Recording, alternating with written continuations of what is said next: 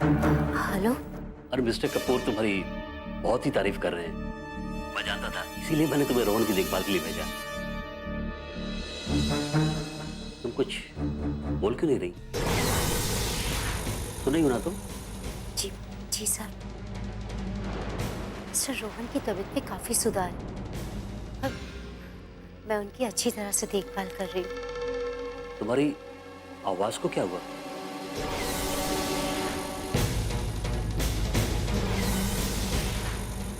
Sir वो क्या है ना, मैं नाइट ड्यूटी कर रही हूँ तो इस वजह से मेरे गले में खराश हो गई है। Okay okay. मैंने फोन इसलिए किया कि तुम रोहन का ऑक्सीजन लेवल बराबर चेक करते रहना। और हाँ, उसकी दवाइयों की डोज दिन में 2 बार कर दो और कुछ नई दवाइयाँ लिख लो। जी सर।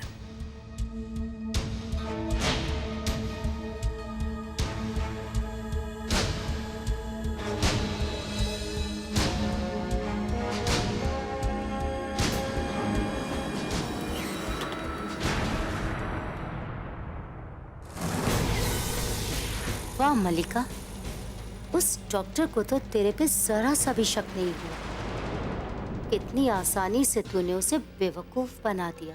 वाह। ये कुछ दवाइयाँ हैं रोहन जी के लिए, प्लीज मंगा दीजिए। हम अभी मंगा देते हैं।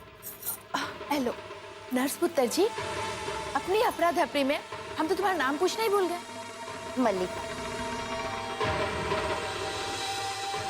मल्लिका? लेकिन डॉक्टर रस्तोगी ने तो इसका नाम प्रतिभा बताया था।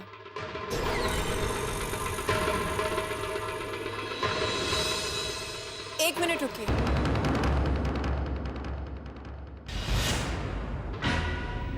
आपने कहा कि आपका नाम मल्लिका है, लेकिन डॉक्टर रस्तोगी तो कह रहे थे कि आपका नाम प्रतिभा है।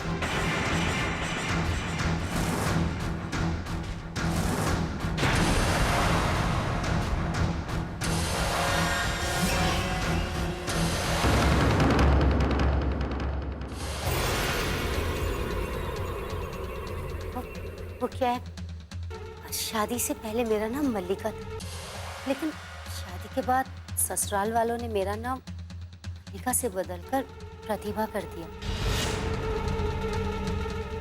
इसीलिए डॉक्टर साहब मुझे मल्लिका नहीं प्रतिभा बुलाते। अब मैं चलती हूँ, वो रोहन जी को दवाई देने का वक्त हो गया है।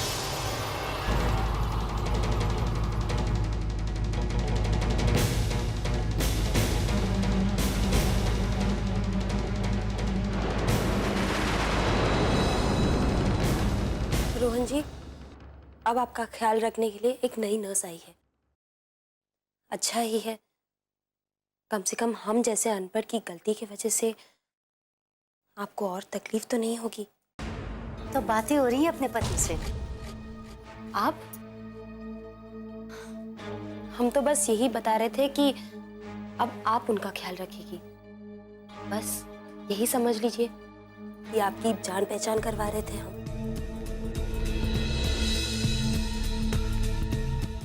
वैसे आपको पूरा यकीन है कि ये आपकी बातें सुन रहे होंगे? बस हम तो इतना ही जानते हैं कि एक दिल की तार से दूसरा दिल जुड़ा होता है, और जब ऐसा होता है सामने वाले को बताना नहीं पड़ता। बस ये बात दिल तक पहुंच जाती है। अब मुझे पूरा यकीन है बहू, तुम्हारे दिल की बात रोहन के दिल तक जरूर पहुंच रही होगी। आप थोड़ी देर के लिए बाहर जा सकती हैं? मुझे बहू से कुछ जरूर बात करनी है।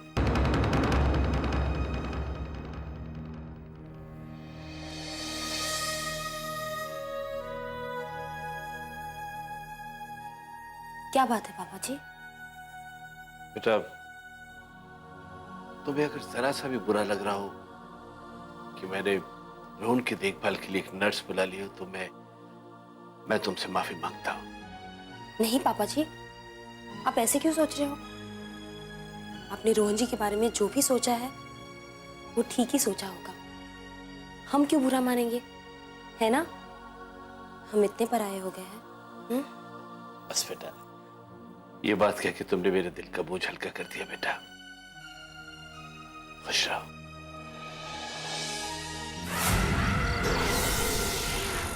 कर लो इन बातों से अपने दिल को हल्का, क्योंकि जिस दिन तुम्हें पता चलेगा कि नर्स बुलवाकर तुमने अपने प्यारे बेटे को खुद मौत के हवाले कर दिया, उस दिन से तुम्हारा भी दिल धड़कना बंद हो जाएगा।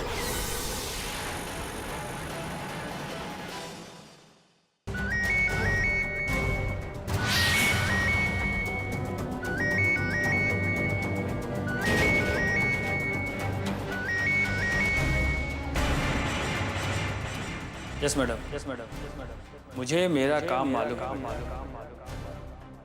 सब इंतजाम हो चुका।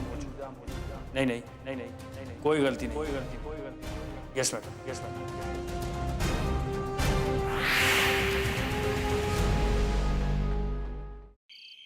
चलो, इस नर्स के आने से कुछ तो अच्छा हुआ। बिट्टो पुत्र के सर से कुछ तो चिंता दूर हुई।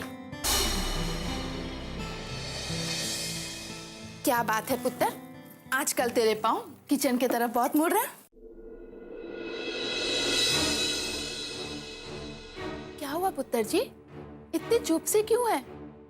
क्या सोच रही है रिया पुत्र? कुछ नहीं चाची, एक्चुअली मैं वो उस नर्स के बारे में सोच रही थी। पता नहीं, मुझे कुछ गड़बड़ सी लग रही है। देखो ना, उसने अपना नाम हमें मल्लिका बताया और डॉक्टर ने उसका नाम प्रतिभा बताया। एलो, लगता है इस घर में शक की बुखार सबको चढ़ने लगी है। पहले तो बिट्टो पुत्र के ऊपर और अब तू उस नर्स के लिए। नहीं चाची, वो बात नहीं है। एक्चुअली पता नहीं, मुझे कुछ सही नहीं लग रहा है। जाने क्यों, मुझे तो ये बात हजम ही नहीं हो रही है। बस इतनी सी गल है। एक मिनट। हाँ, एले अजवाइन खा, सब हजम हो जाएगा। चाची। पुत्र जी, तुझे इतना सोचने की कोई जरूरत नहीं है। अब वो मल्लिका हो या प्रतिभा, क्या फर्क पड़ता है? यहाँ ऐश करने तो नहीं आई है वो दिन रात रोहन पुत्र की सेवा करने आई है। इसलिए इस बारे में तू भी ज्यादा मत सोच। चल बैठ और मेरी मदद कर। रिया को रसोई में मदद करने की जरूरत नहीं है। रिया, तुम जाओ और किताबों में दिमाग लगाओ, ठीक है? हम चाचा जी की मदद करते हैं।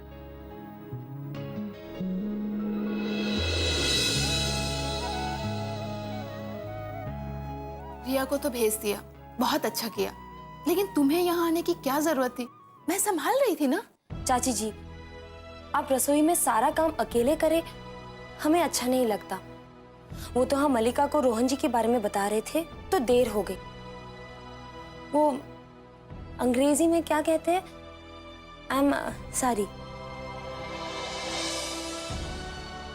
सॉरी बोलकर अब तू मुझे और छोटा मत कर पुत्र जी। इस घर पे तूने जितना एहसान किया है वो कोई भी नहीं कर सकता है। और भगवान को देखो, जिंदगी में इतने सारे इम्तिहान लेने के बाद आज भी वो तेरा इम्तिहान ले रहे हैं। चाची जी, आप फिर से शुरू हो गई। आप हमारे इम्तिहान को छोड़िए। दुनिया में भी बहुत सी ऐसी जगह होती है जहाँ पे लोगों को ऐसे ऐसे इम्तिहान से गुजरना पड़ता है जिनके सामने हमारा इम्तिहान कुछ भी नहीं है। ऐसी कौन सी जगह है पुत्र जी? पाखी के गांव की। पुत्र जी, अब तू मेरा इम्तिहान क्यों ले रही है? ये पाखी कौन है? सहारा वन पर 15 तारीख से रात को 10 बजे अब गंगा की तीज देखना, आप सब समझ जाएंगे। उसमें ये दिखाया है कि कैसे पाकी की गांव की लड़कियों को गंगा मैया में डुबकी मारकर अपनी पवित्रता की परीक्षा देनी पड़ती है। क्या बात कर रही है पुत्र जी? ऐसा भी होता है इस दुनिया में? मैं तो जरूर देखूंगी गंगा की तीज। टाइम क्या बताया? 15 तारीख सोमवार से रात के 10 बजे। अब आप ही बताइए, इस घर में हमें इस इम्तिहान से तो गुजरना नहीं पड़ेगा, है ना? और वो नर्स ने तो हमारे इम्तिहान को और आसान कर दिया। चलो इस बात की तो तसल्ली हो गई कि रोहन जी की जिंदगी को हमारी वजह से और मुसीबत तो नहीं होगी।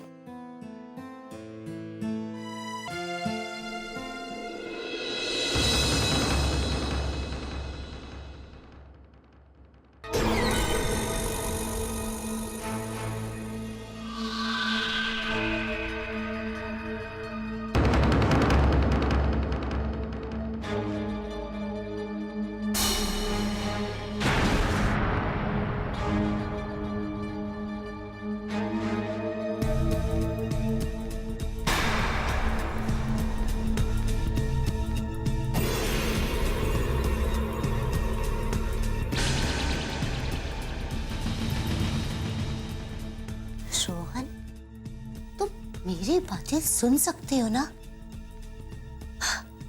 क्यों नहीं सुनोगे? तुम अपनी उस बीवी बिट्टू की बातें तो सुनते हो, हाँ? बोलो, सुन रहे हो ना? मेरी भी सुनोगे, है ना? और वैसे भी रो, हम दोनों के दिल तो एक दूसरे से जुड़े हुए। नहीं नहीं नहीं नहीं, हम दोनों के नहीं, बल्कि मेरा दिल तुम्हारे साथ जुड़ा हुआ है रोहन। मैंने तुमसे इतना प्यार किया रोहन, और तुमने क्या किया? दे दिया धोखा तुमने मुझे, उस बिट्टू के लिए। ऐसा क्या है रोहन उस बिट्टू में जो मुझ में नहीं है? बोलो रोहन, मुझे तुम्हारा जवाब चाहिए। इतना प्यार करने के बाद तुमने मुझे और मेरे प्यार को ठुकरा दिया रोहन। अगर तुमने गलती करी है रोहन, तो तुम्हें इसकी सजा मिलेगी, मिलेगी। और तुम्हारी सजा ये है रोहन कि तुम्हें मरना होगा। मरना होगा रोहन, तुम्हें मरना होगा, क्योंकि ये मल्लिका का फैसला है। मल्लिका का Rohan. Good bye my darling, good bye.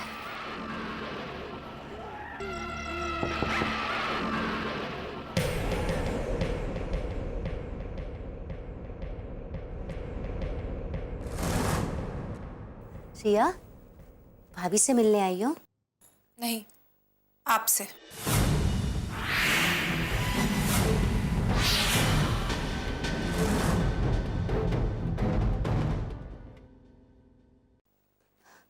क्यों, कोई काम था तुम्हें? एक्चुअली मैं आपसे एक सवाल पूछना चाहती थी। आपने कहा कि शादी के बाद आपका नाम प्रतिभा हो गया है, फिर आपने हमें अपना नाम मल्लिका क्यों बताया?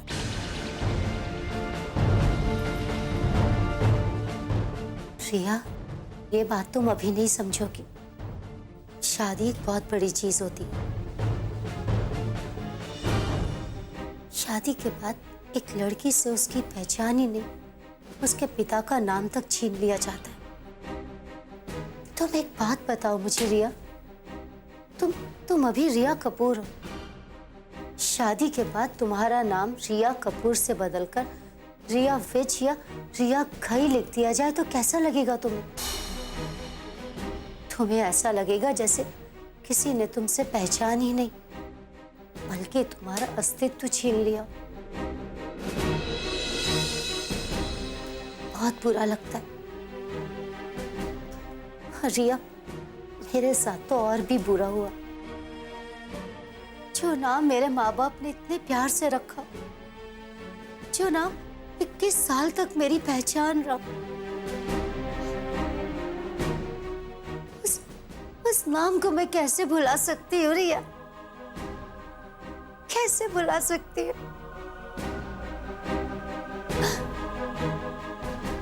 दुनिया की नजर में चाहे मेरा नाम प्रतिभा, लेकिन लेकिन मैं जानती हूँ रिया कि मेरा नाम मल्लिका है। मैं मल्लिका हूँ।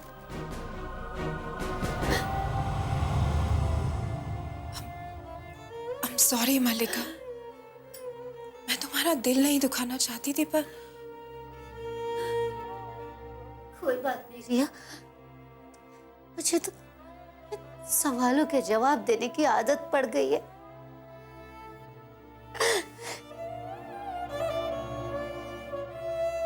I'm sorry।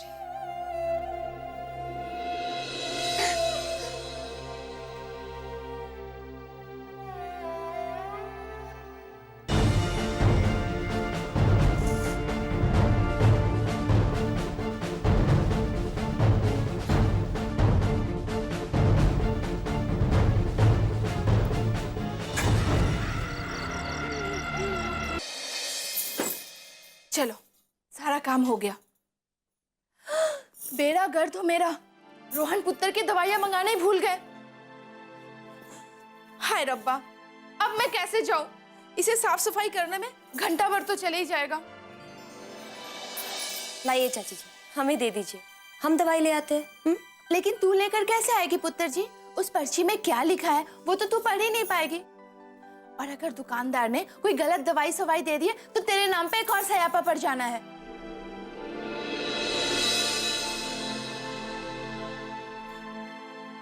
विम्मी, तू भी ना बिल्कुल स्टूपिड सी है। पुत्र जी, मेरा बोलने का मतलब ये है कि अगर फिर से कुछ गड़बड़ सड़बड़ हो गई तो परजाई जी वापस। चाची जी, कुछ गलती नहीं होगी, आप लाइए। और हमें पढ़ना नहीं आता तो क्या हुआ, वो दुकान वाले को तो आता होगा, और दुकान पास में ही है। रोहन जी को ठीक वक्त पे दवाई मिलनी चाहिए ना चाची जी। हाँ, ऐ तो बिल्कुल सही गल है। ठीक है, तू चल मेरे नाल, मैं तुझे पर्चे देती हूँ। और हाँ, खाने से पहले तू आ जाना, ठीक है? अब चल जल्दी चल।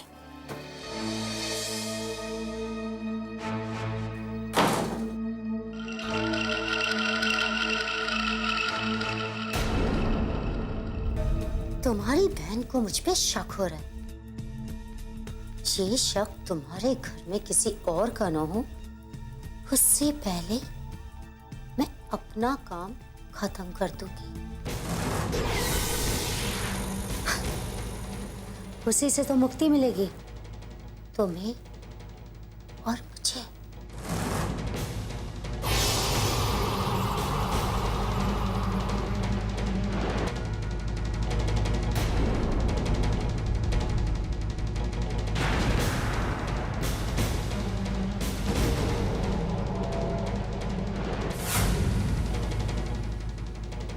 जैसे एक एक पल मैं तुम्हारे साथ के लिए तड़पी हूं ना रोहन,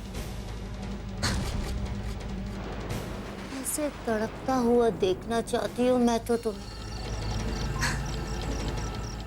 तुम्हें मरता हुआ देखकर। जैसे जैसे तुम मरोगे रोहन, वैसे वैसे मुझे खुशी मिलेगी।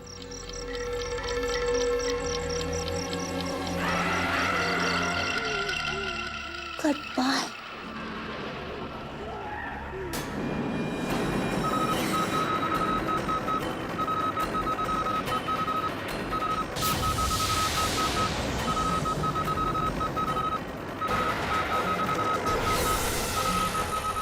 Goodbye, my love.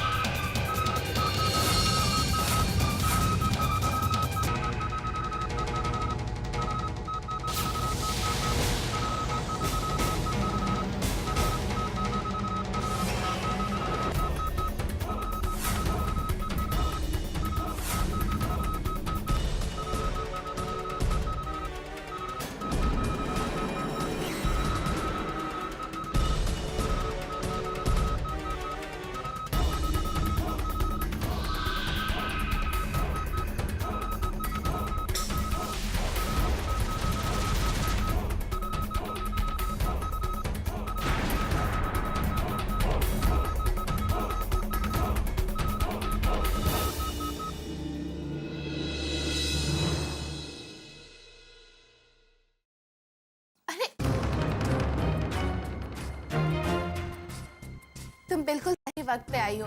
आओ बैठो, हमारे साथ खाना खाओ। जी जी, मैं बाद में खा लूंगी। बाद में क्यों, अभी हमारे साथ खाना खाओ। आ जाओ बैठो। नहीं, मैं कुछ दवाइयाँ लेने बाहर जा रही थी, मैं आके खा लूंगी। तू फिक्र मत कर पुत्र, रोहन पुत्र के लिए दवा बिट्टो लेने गई है, आती होगी कभी भी। तू आ, बैठ खाना खा।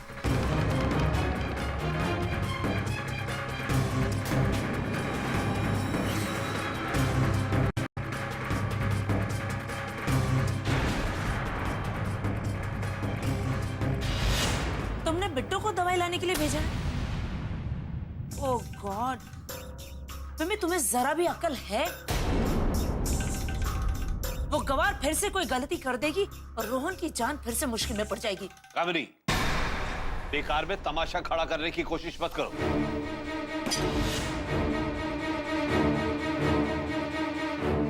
आप खाना शुरू करें।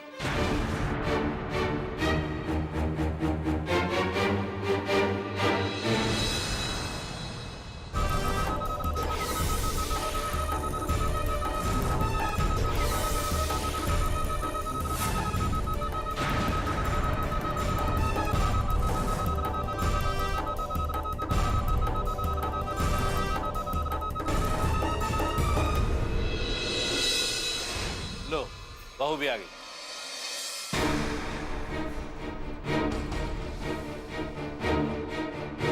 बहू तुम भी बैठो, खाना खा लो। हाँ पापा जी, बस ये दवाई कमरे में रख कर आते हैं। ये दवाइयाँ मुझे दे दीजिए, मैं ये कमरे में रख कर आती हूँ। वैसे भी ये काम मेरा ही है ना। नहीं नहीं, कोई बात नहीं। वैसे भी खाने की थाली छोड़कर उठना नहीं चाहिए। आप यही बैठिए, हम दवाई रख कर आते हैं, ठीक है?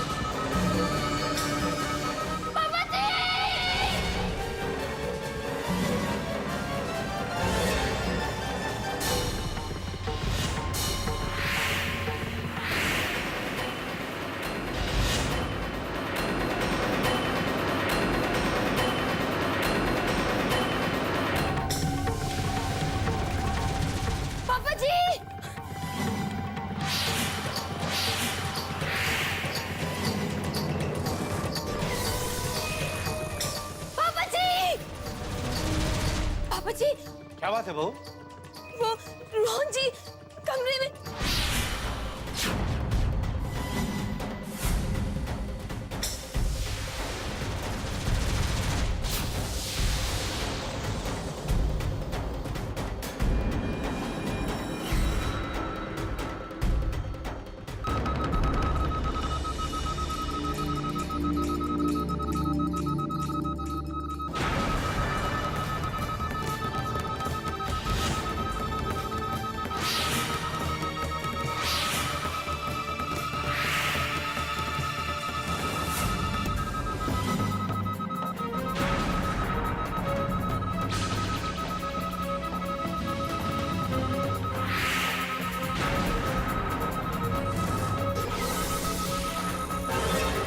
रोहन ठीक है ना?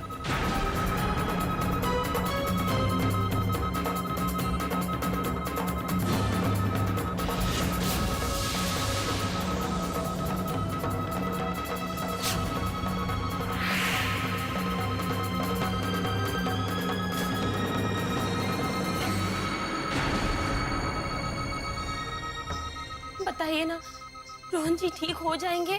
मैं आपसे कह रही हूँ आप लोग प्लीज बाहर जाइए, मुझे रोहन जी का चेकअप करना है।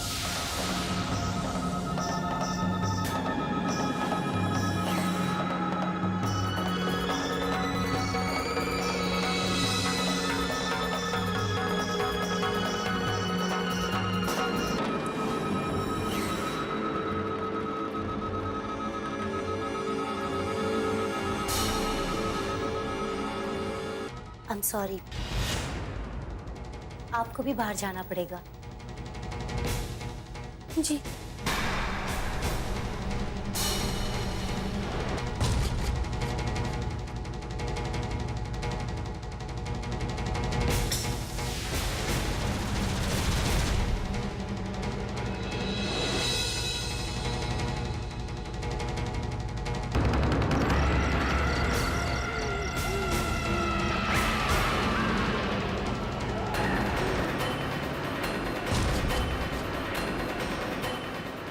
बहुत अच्छी किस्मत है तुम्हारी, आज तुम अपनी बीवी बिट्टो की वजह से फिर से बच गए। देखती हूँ मैं कि तुम्हारी ये किस्मत तुम्हारा साथ कब तक देती। सुना तुमने? हाँ, सुना?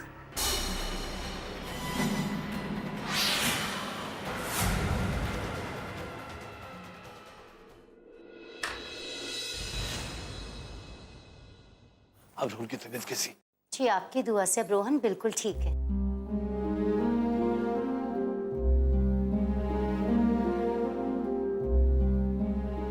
लेकिन आपके रहते ऐसा हुआ कैसे? और अगर आपके रहते भी यहाँ पर यही सब होना है तो फिर आपको यहाँ बुलाने का फायदा ही क्या?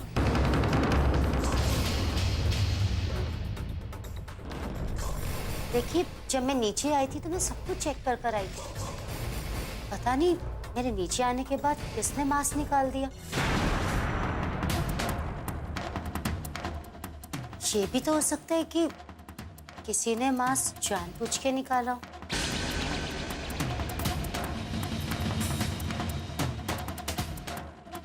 पर आपके घर में ऐसा कौन क्यों करेगा? क्यों नहीं कर सकता?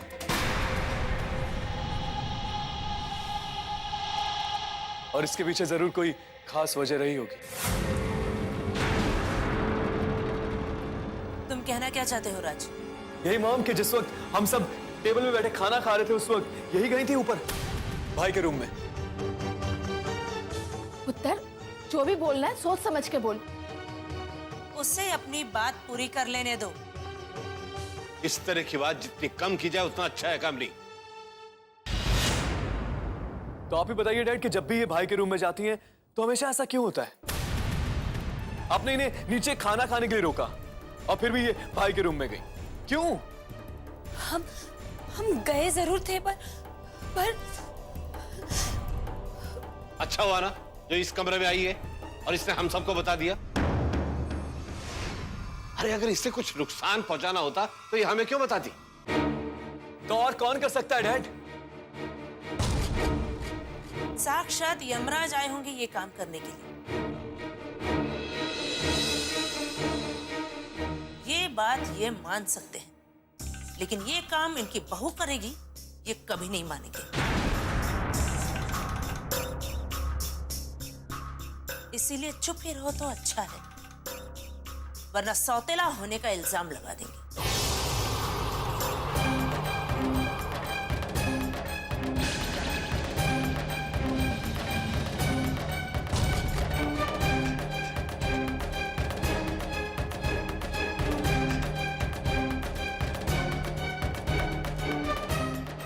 आप मानो या ना मानो डैड, लेकिन एक बात समझ लीजिए कि जो भी कोई मेरे भाई की जिंदगी से खेल रहा है वो ज्यादा दिन तक बच नहीं पाएगा।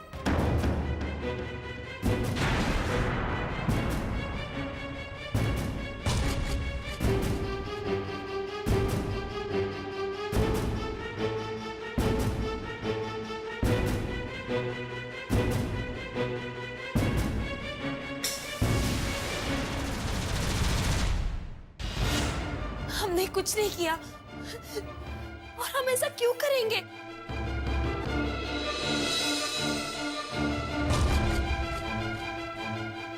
हम आप लोग को कैसे समझाएं?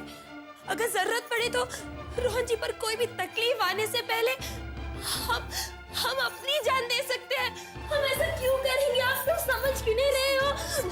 ना बस ना भाई साहब, रोहन पुत्र पे बार बार मुसीबत आ रही है, समझ में नहीं आता है क्यों। कुछ तो करना चाहिए हमें। पुत्र, बस पुत्र, बस बस। अब तो इस खेल में और भी मजा आ रहा है। सब कुछ करूंगी मैं और इल्जाम आएगा इस बिट्टो पर। रोहन की जान लूंगी मैं और सजा पाएगी ये बिट्टो। मतलब एक तीर से दो निशाने। गुरुजी, आपसे तो कुछ छुपा नहीं है, अब आप भी कुछ कर सकते हैं। रोहन की जिंदगी पे खतरे को लेकर हम लोग सब बहुत परेशान हैं। अब आपका ही सहारा है गुरुजी। एक बात और गुरुजी, जब से बिट्टो इस घर में आई है कुछ भी ठीक नहीं हो रहा है, ना रोहन के साथ और ना इस घर के साथ। मैं जानती हूं कि वो इस घर के लिए शुभ नहीं है। इसका फैसला तो आने वाला वक्त ही करेगा। गुरुजी, रोहन की जिंदगी पर आए दिन जो मुसीबतें पड़ रही है, बस उनसे किसी भी तरह छुटकारा दिलवा दीजिए आप। मैं देखकर बताता हूं।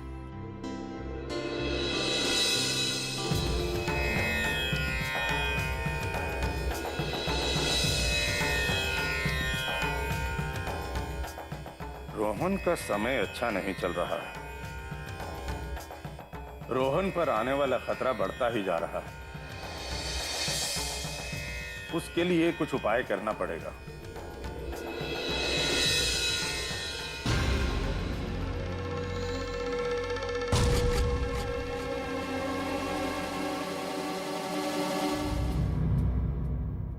और चिंता का विषय यह है कि वो खतरा हमारे सामने ही है, लेकिन हम उसे देख नहीं पा रहे।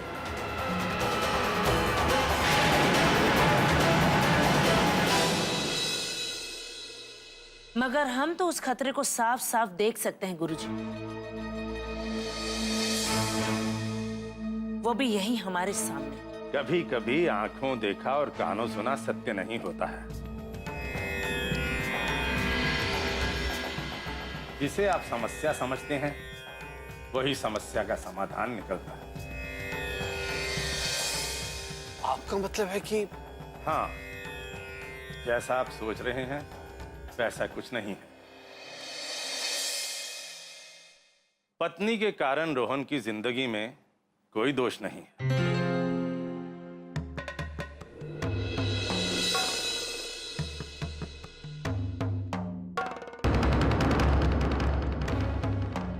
गुरुजी, कब तक ऐसा बुरा वक्त है और क्या हम कुछ कर सकते हैं इसे बदलने के लिए? प्रेम और पूजा से सब कुछ बदला जा सकता है। आप रोहन की जिंदगी की रक्षा के लिए एक पूजा करवाइए, लेकिन हाँ, ये पूजा काफी कठिन होगी। बताइए गुरुजी, हम कोई से भी पूजा करवाने के लिए तैयार हैं। कब करवानी है पूजा, बताइए। नहीं नहीं, ये पूजा आपको नहीं, रोहन की धर्मपत्नी को करनी पड़ेगी। रोहन की पत्नी को बुलवाइए।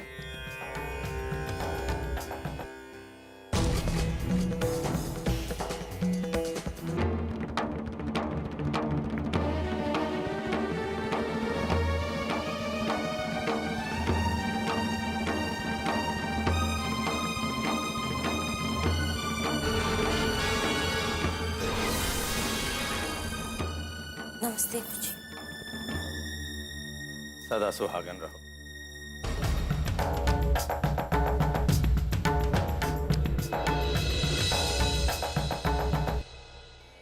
बेटी, सिर्फ एक पत्नी ही निस्वार्थ होकर अपने पति के लिए तन मन धन सर्वस्व बलिदान कर सकती है। लेकिन याद रहे, ये पूजा अगर मन से ना हो या इसमें कोई गलती हो जाए तो रोहन की जिंदगी के लिए अच्छा होने की बजाय बुरा भी हो सकता है।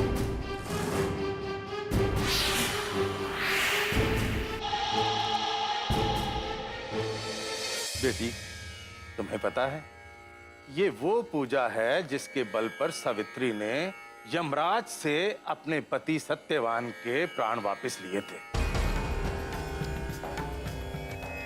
इसलिए ये बहुत ही जरूरी है कि ये पूजा एक पत्नी ही करे।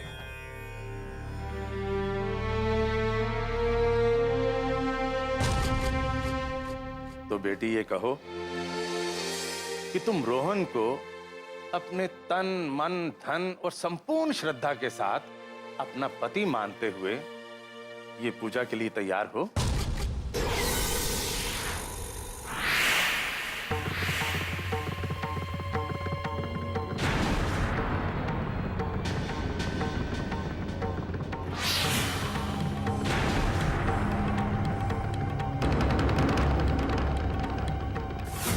तो बेटी ये कहो कि तुम रोहन को अपने तन, मन, धन और संपूर्ण श्रद्धा के साथ अपना पति मानते हुए ये पूजा के लिए तैयार हो?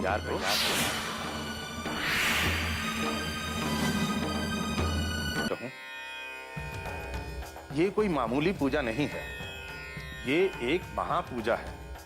और इस महापूजा को संपन्न करने के लिए अगर कोई गलती हो जाए या ये मन से ना हो तो रोहन के लिए ये विनाशकारी हो सकती है।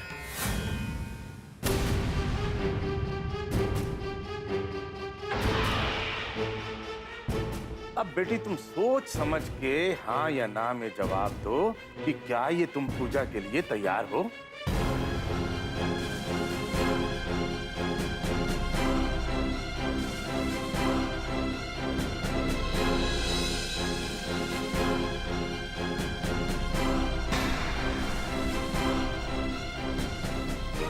क्या सोच रही हो बहू?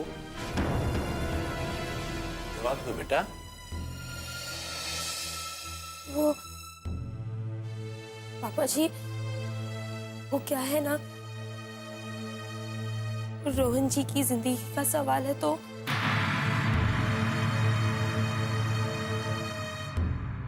कोई भी कदम उठाने से पहले इसे तो देखिए, हम भारतीय नारी समझ रहे थे जो पति के लिए आग का दरिया भी पार करते, लेकिन ये तो इतनी छोटी सी पूजा के लिए भी सोच रही।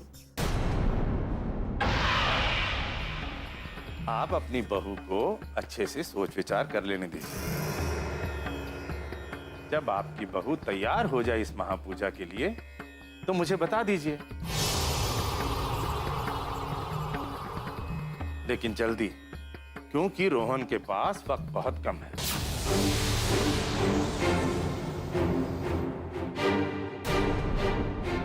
अच्छा, मैं चलता हूं।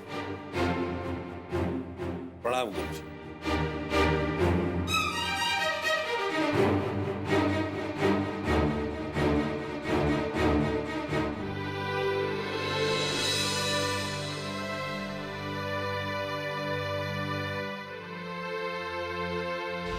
इसके जैसी झूठी लड़की मैंने आज तक नहीं देखी। कब नहीं? अब क्या गलत कहा है मैंने? आज तो इसकी सारी मक्कारी और लालच सबके सामने आ गई। अरे इससे अच्छे तो हमारे नौकर हैं, अगर उन्हें भी हुक्म करे तो वो भी पूजा में बैठ जाए। इसकी तरह नहीं कि सामने से झूठे प्यार का दिखावा करे और पीठ पीछे उसी की जान की दुश्मन बन जाए।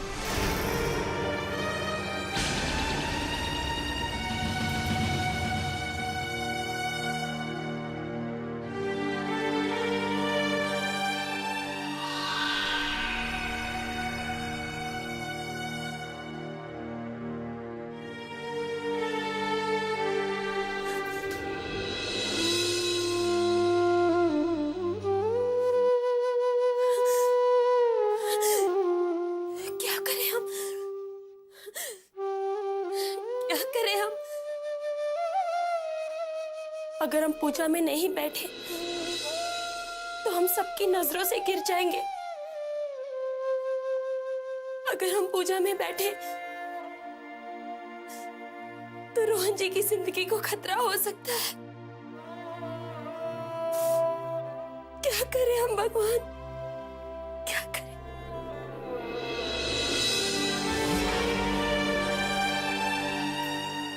चाची जी, तेरे इन सवालों का जवाब किसी के पास नहीं है पुत्र जी। फिर मैं सोचती हूँ तो मुझे ऐसा लगता है कि तुझे ये पूजा करनी चाहिए, क्योंकि इसके अलावा और कोई रास्ता भी नहीं है। चाची जी,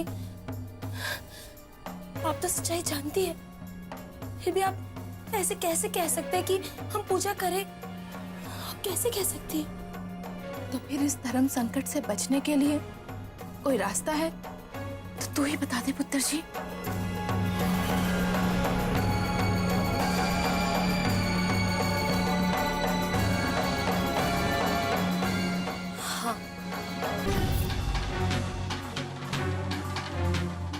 हाँ चाची जी, इस धर्म संकट को दूर करने के लिए एक रास्ता है हमारे पास। हम पापा जी को सारी सच्चाई बता देंगे कि ना ही हम रोहन जी की पत्नी हैं और ना ही हम उनकी बहू। हम बता देंगे। ये तू क्या कर रही है पुत्र जी?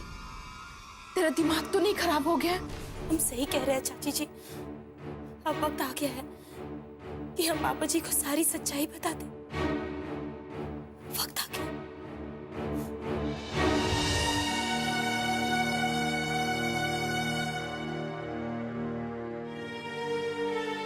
पापा जी,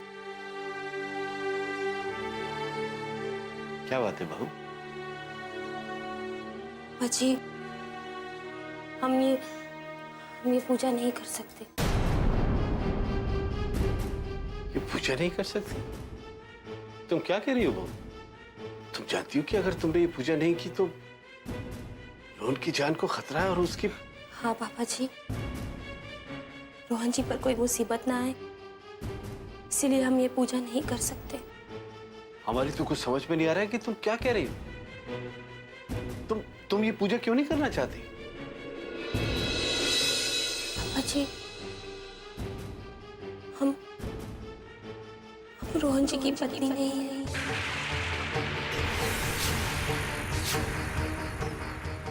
हाँ पापा जी, ना हम रोहन जी की पत्नी है, ना ही आपकी बहू। यही सच है पापा जी। हम आपसे सच कहना चाहते थे, कुछ नहीं छिपाना चाहते थे, लेकिन हम मजबूर थे। हमें ये झूठा नाटक करना पड़ा कि हम रोहन जी की पत्नी हैं। मजबूर थे। बस बस बस! और कुछ नहीं सुनना मुझे। इतना बड़ा झूठ, कोई भी मजबूरी इतनी बड़ी नहीं हो सकती कि तुम इतना बड़ा झूठ बोलो। अरे मैंने इतना विश्वास किया था तुम पे और तुमने इतना बड़ा धोखा दिया मुझे। पापा जी, हम... चुप! कुछ नहीं सुनना मुझे तुमसे। तुमने सारी दुनिया से हमारा भरोसा तोड़ दिया। अब हमें किसी पे भी भरोसा नहीं है। पापा जी! पापा जी!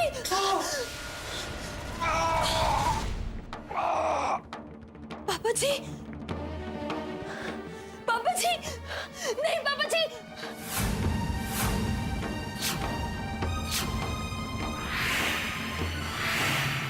नहीं पापा जी, ऐसा नहीं हो सकता।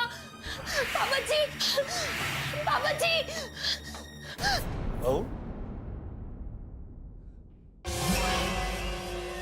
क्या हुआ?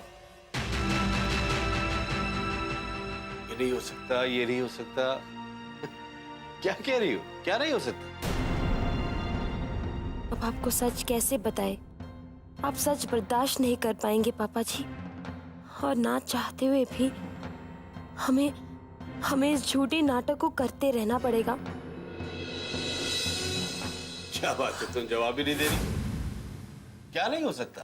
पापा जी, वो अब हम आपसे ये कहना चाहते हैं कि जो माँ जी सोच रही हैं ऐसी बात नहीं है। हम वो पूजा करेंगे। अब गुरुजी से कह दीजिए। खुश रहो बेटा।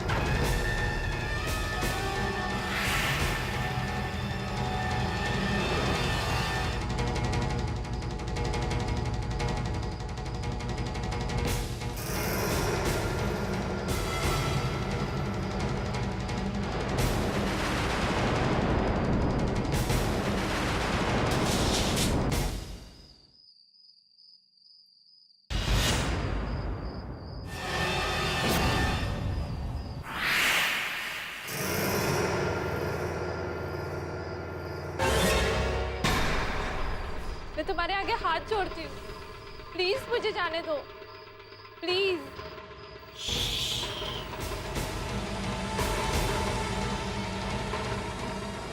मैं तो तुम्हें जानती तक नहीं, तो मुझे क्यों यहाँ पे बंद कर रखा है? अगर मुझे तुम्हें मारना होता तो मैं तुम्हें पक्का मार चुकी हूँ। तुम्हारी जगह नर्स बनकर उस घर में नहीं जाती ना।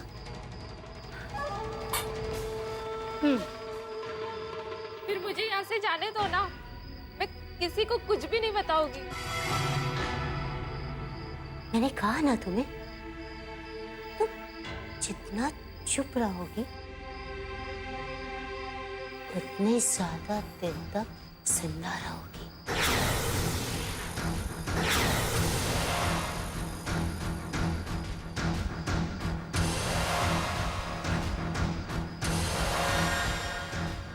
अरे तुम्हें तो एक बात बतानी थी। हाँ, वो जो बिट्टू है ना, वो अपने पति की जिंदगी की पूजा करने जा रही है। उस बेवकूफ को क्या पता कि मैं वो पूजा खत्म होने से पहले उस रोहन को मार दूंगी। अरे एक बार रोहन खत्म हो गया ना तो बस सब चीजें सही हो जाएंगी। मैं तुम्हें भी तुम्हारी जिंदगी से आजाद कर दूंगी। बस अब तुम मेरे लिए दुआएं करो कि मेरा काम जल्दी से खत्म हो।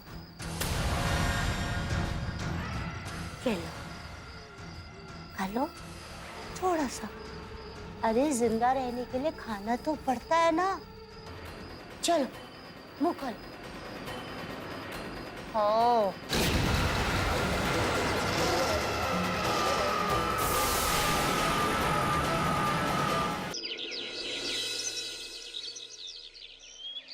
सजावट का पूरा ख्याल रखना, और बाजार से पूजा के लिए जो भी सामान लाना है वो बिल्कुल बिल्कुल लेके आना। और तुम जो भी चाहिए सामान जरूर से लेके आना है। अरे वो लोग आगे शायद।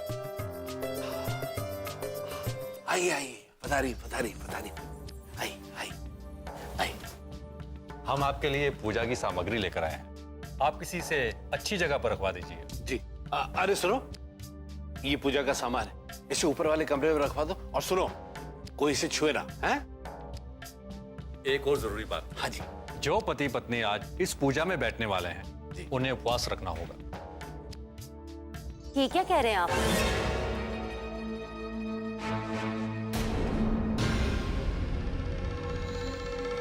रोहन जी उपवास कैसे रख सकते हैं? पर पूजा में शामिल होना तो नामुमकिन है। जी, इनका मतलब है कि रोहन तो कोमा में है, वो कैसे उपवास रख पाएंगे? पूजा तो उन्हीं के लिए रखी गई है। तो फिर ये पूजा हो ही नहीं सकती, क्योंकि पूजा तभी संपन्न होगी जब पति और पत्नी दोनों साथ में पूजा में हो।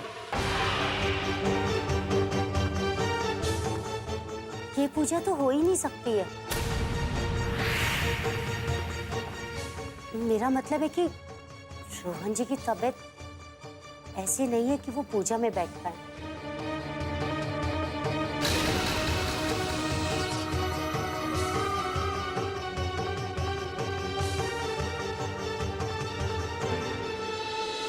हमें माफ कर दीजिएगा रोहन जी, लेकिन हम क्या करते? हमारे पास कोई रास्ता नहीं था, लेकिन हमें भरोसा है कि भगवान आपके साथ कोई बुरा नहीं होने देंगे। भगवान जी कोई ना कोई रास्ता जरूर दिखाएंगे। रब ने रास्ता दिखा दिया है पुत्र जी।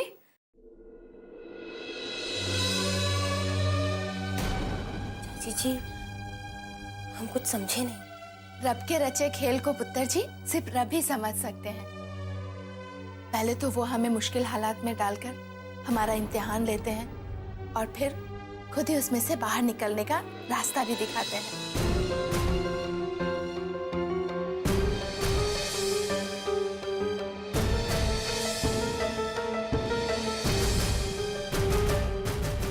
अब रोहन पुत्र तो पूजा में बैठ नहीं सकता, तो पूजा भी नहीं होगी। तो खुश है ना? चाची जी, ये पूजा रोहन जी के ठीक होने के लिए बहुत जरूरी थी, और इसके ना होने पर हम खुश कैसे हो सकते हैं? हाँ, लेकिन एक सुकून जरूर है कि शायद हमारे इस झूठ की वजह से रोहन जी को और तकलीफ नहीं होगी, और ना ही हमें अब किसी भी इम्तिहान से गुजरना होगा।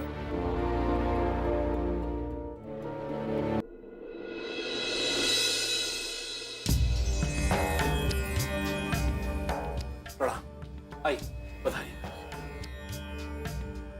महापूजा की सब तैयारियां हो गई? सब तैयारी हो गई। आप विराजिए गुरुजी, विराजिए। तैयारियां तो हो गई गुरुजी, लेकिन आपके शिष्य कह रहे थे कि ये महायज्ञ नहीं हो सकता, क्योंकि इस यज्ञ में पति पत्नी का बैठना जरूरी है, और आप तो जानते हैं कि रोहन कोमा में है। ये महापूजा कैसे होगी गुरुजी? हाँ, मैं जानता हूं, फिर भी मैंने महापूजा की तैयारियां करने के लिए कहा। कुछ तो सोचा होगा। पूजा में बहू के साथ रोहन होगा, लेकिन वो स्वयं नहीं, उसकी तस्वीर होगी।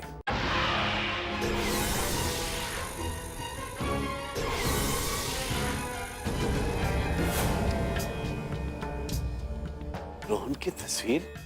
हाँ, रामायण काल में भी ऐसी महापूजा होती आई है। तब श्री रामचंद्र जी ने अश्वमेध यज्ञ किया था। उस समय सीता माता वहां विराज नहीं थी, लेकिन उन्होंने उसकी मूर्ति बनाकर उसके साथ बैठकर पूजा संपन्न की।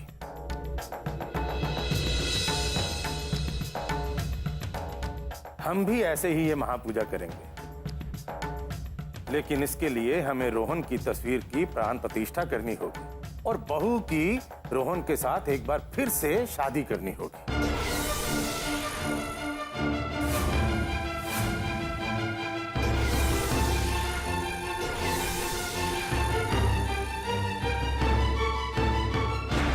मगर इस बार उनकी तस्वीर के साथ।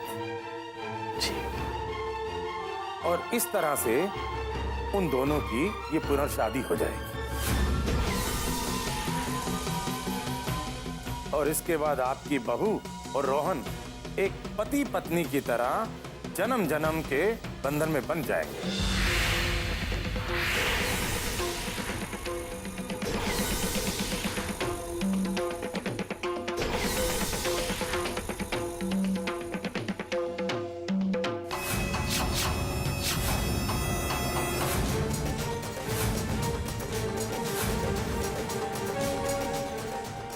इसके बाद आपकी बहू और रोहन एक पति पत्नी की तरह जन्म जन्म के बंधन में बन जाए।